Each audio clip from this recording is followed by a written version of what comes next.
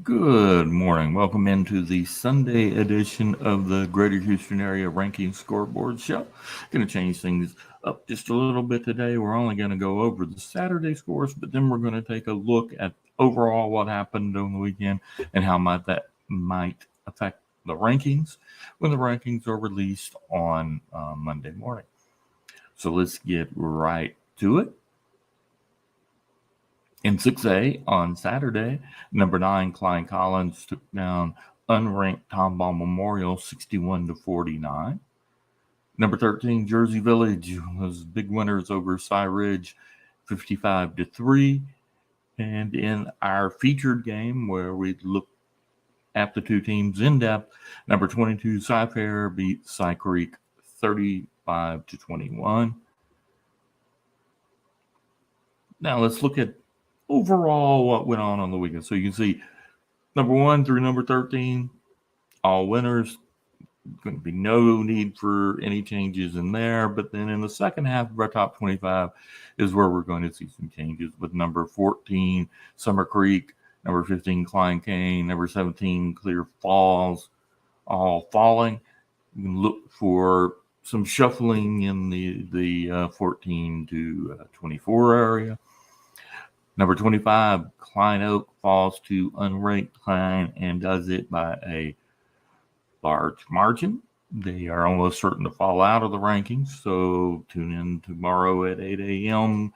to txhsfb.net to find out who grabs that number 25 spot. And full disclosure on the rankings, I haven't necessarily determined everything on the rankings at this point on Sunday morning.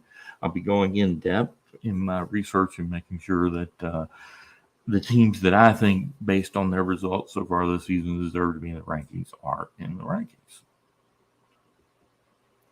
Go on to 5A, Saturday action. Number 8, Angleton 23-0 over BF Terry. Number 9, Galveston Ball continues their march with a 76-0 win over Houston Austin. And in the game I was at on yesterday morning into the afternoon, number 10, Fulshire 46-14 over Friendswood. Now we take a look at our top 15. Our top 10 all winners are open. First loss, Texas City. Loses to number 1 Marshall, but does it by a large margin. So do look for them to fall into the rankings, 12, 13, 14, 1. Number 15, LaPorte lost to number 5, Port Arthur Memorial. So the big question here is, can LaPorte hold on to number 15 despite that loss? Tune in tomorrow. I haven't figured that one out yet. So we will see. It can be as much about, is there someone that deserves to move up into that spot based on recent results, as the performance of the team, especially when you're talking about a number 15 losing to a number 5 and doing so, not getting blown out in that game. So tune in tomorrow. I'll have it figured out by then. We move on now to our 4-hour rankings. All the games were on Friday, so here are the results. Number 4, Little Cypress and Mauriceeville falls to unranked Vidor.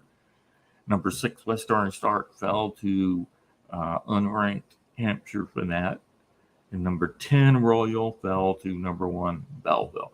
So the question here is going to be, how far does LCM fall?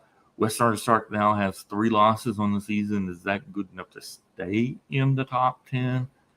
Royal, 1 week after moving into the top 10, falls to the number 1 team. They do it by a margin.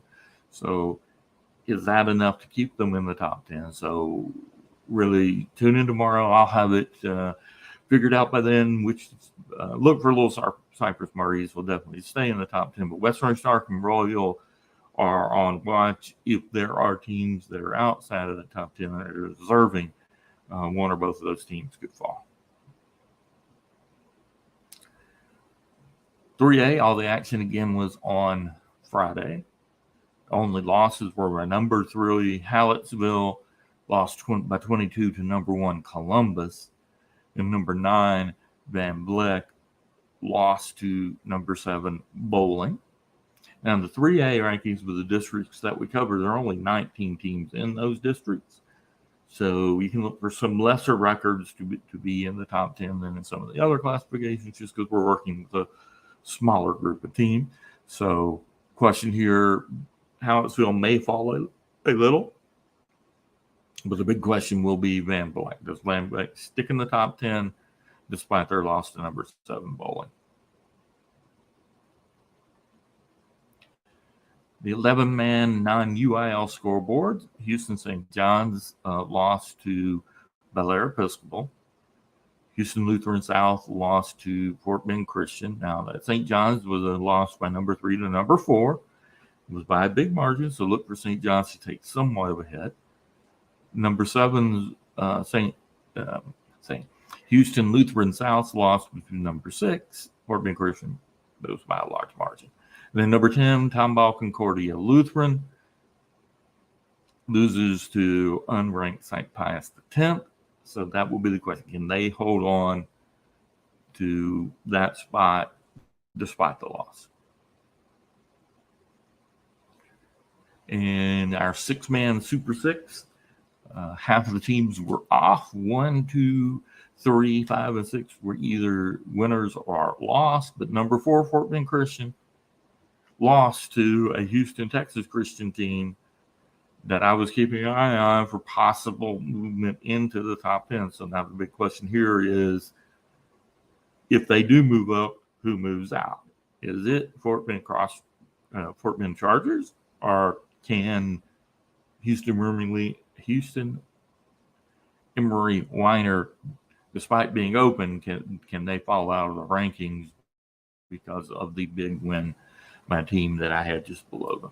So tune in again tomorrow when the rankings are released on txhsfb.net, and you'll see what I figured out on that one.